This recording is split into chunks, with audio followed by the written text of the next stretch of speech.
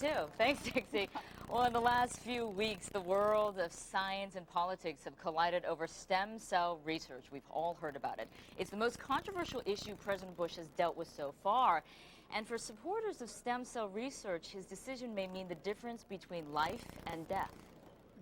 Scientists believe further research using stem cells offers great promise that could help improve the lives of those who suffer from many terrible diseases, from juvenile diabetes to Alzheimer's, from Parkinson's to spinal cord injuries.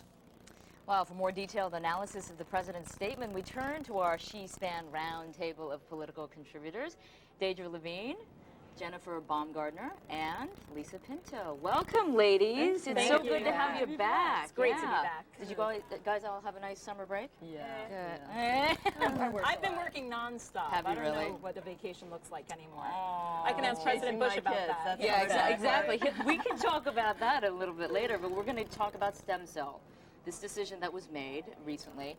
First, let's talk about what it actually is, because it is a kind of a complicated issue, and that's what is causing some of the controversy as well. Deidre, you know, in simple terms, we're talking about cells that have been taken out of embryos, right, that were going to be destroyed anyway, correct?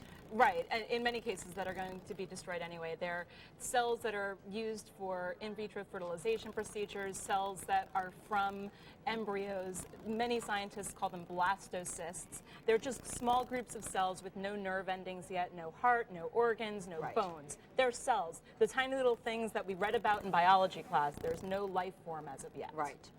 But these stem cells, right, they say would hopefully lead to, you know, research and possibly some cures for various ailments, like you said, you know, Parkinson's disease, diabetes, all of that. Well, here's the thing, May. The president in his decision is saying, he's sticking to his campaign promise that he respects the sanctity of human life. And I have to disagree with Deidre.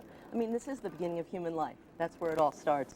Well, Sperm see, and egg come together. Therein lies the controversy. Is it? And he's saying, you know, these embryos are already destined for the dustbin, as it were. So we're going to use them to advance the progress of science. But what we're not going to do is a Dr. Mengele type situation where we create human embryos and then turn them into the body pick and choose designer body parts. Actually, I think Lisa, that's a not great what he's moral saying. compass. What he's saying is he's not allowing us to use the stem cells from the embryos that are destined for the dustbin. He, in fact, seems to have no problem with discarding those stem cells. He's only willing to use his compromise, his ban in sheep's clothing, as I like to refer to it, is basically that we can use these stem cells only that are being that have already been retracted.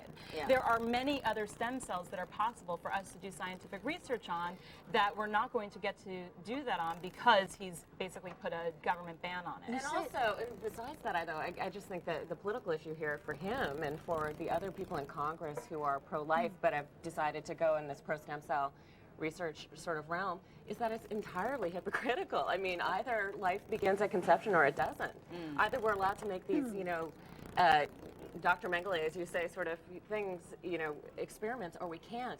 And I think it's really, for me, it's really gratifying to see those people so hamstrung because I feel like the pro-choice movement has been ensnared in several political situations. Well, because you are like hearing this. a lot of things like, you know, this was the best decision he could have made under the circumstances, you know, with the right and the left, right? 55% of them, 56% of Americans think this is a great decision, and 66% of the Republican Party like it. And I think why it's a good decision is because it shows the country that he's not a pawn of the religious right.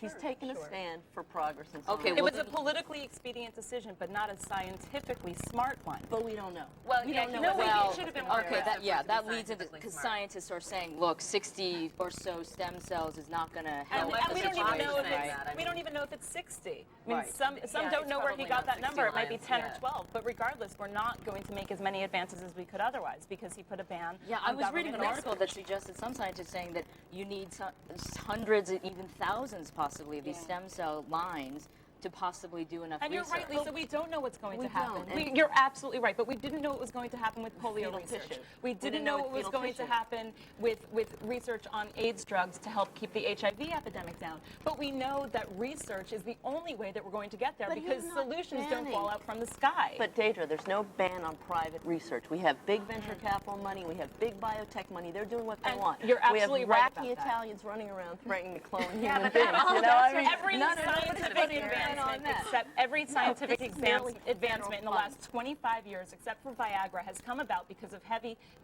government funding Federal through funding. the It's NIH. important for it to go through the National Institutes of Health. I So think is the there's genie more- out of the bottle, though? I mean, Yeah, is this it the is. beginning? This is the beginning. Right? It is, and it's a pro-choice victory, frankly. It really is. As soon as you do something like this, you're saying, okay, life doesn't really begin at conception, or some sort of life, but we're not saying it's a person whose rights are aberrant. I think abrogate who I everybody else's. respect most Is President Bush going to regret this then, No, later on? I don't think so. I think as you all know, I'm a moderate pro-choice Republican. I think this is a great decision. I was upset when the administration yanked the funding overseas to family planning, and now I'm saying, okay, this is a step in the right decision. He's listening to us, and All the right.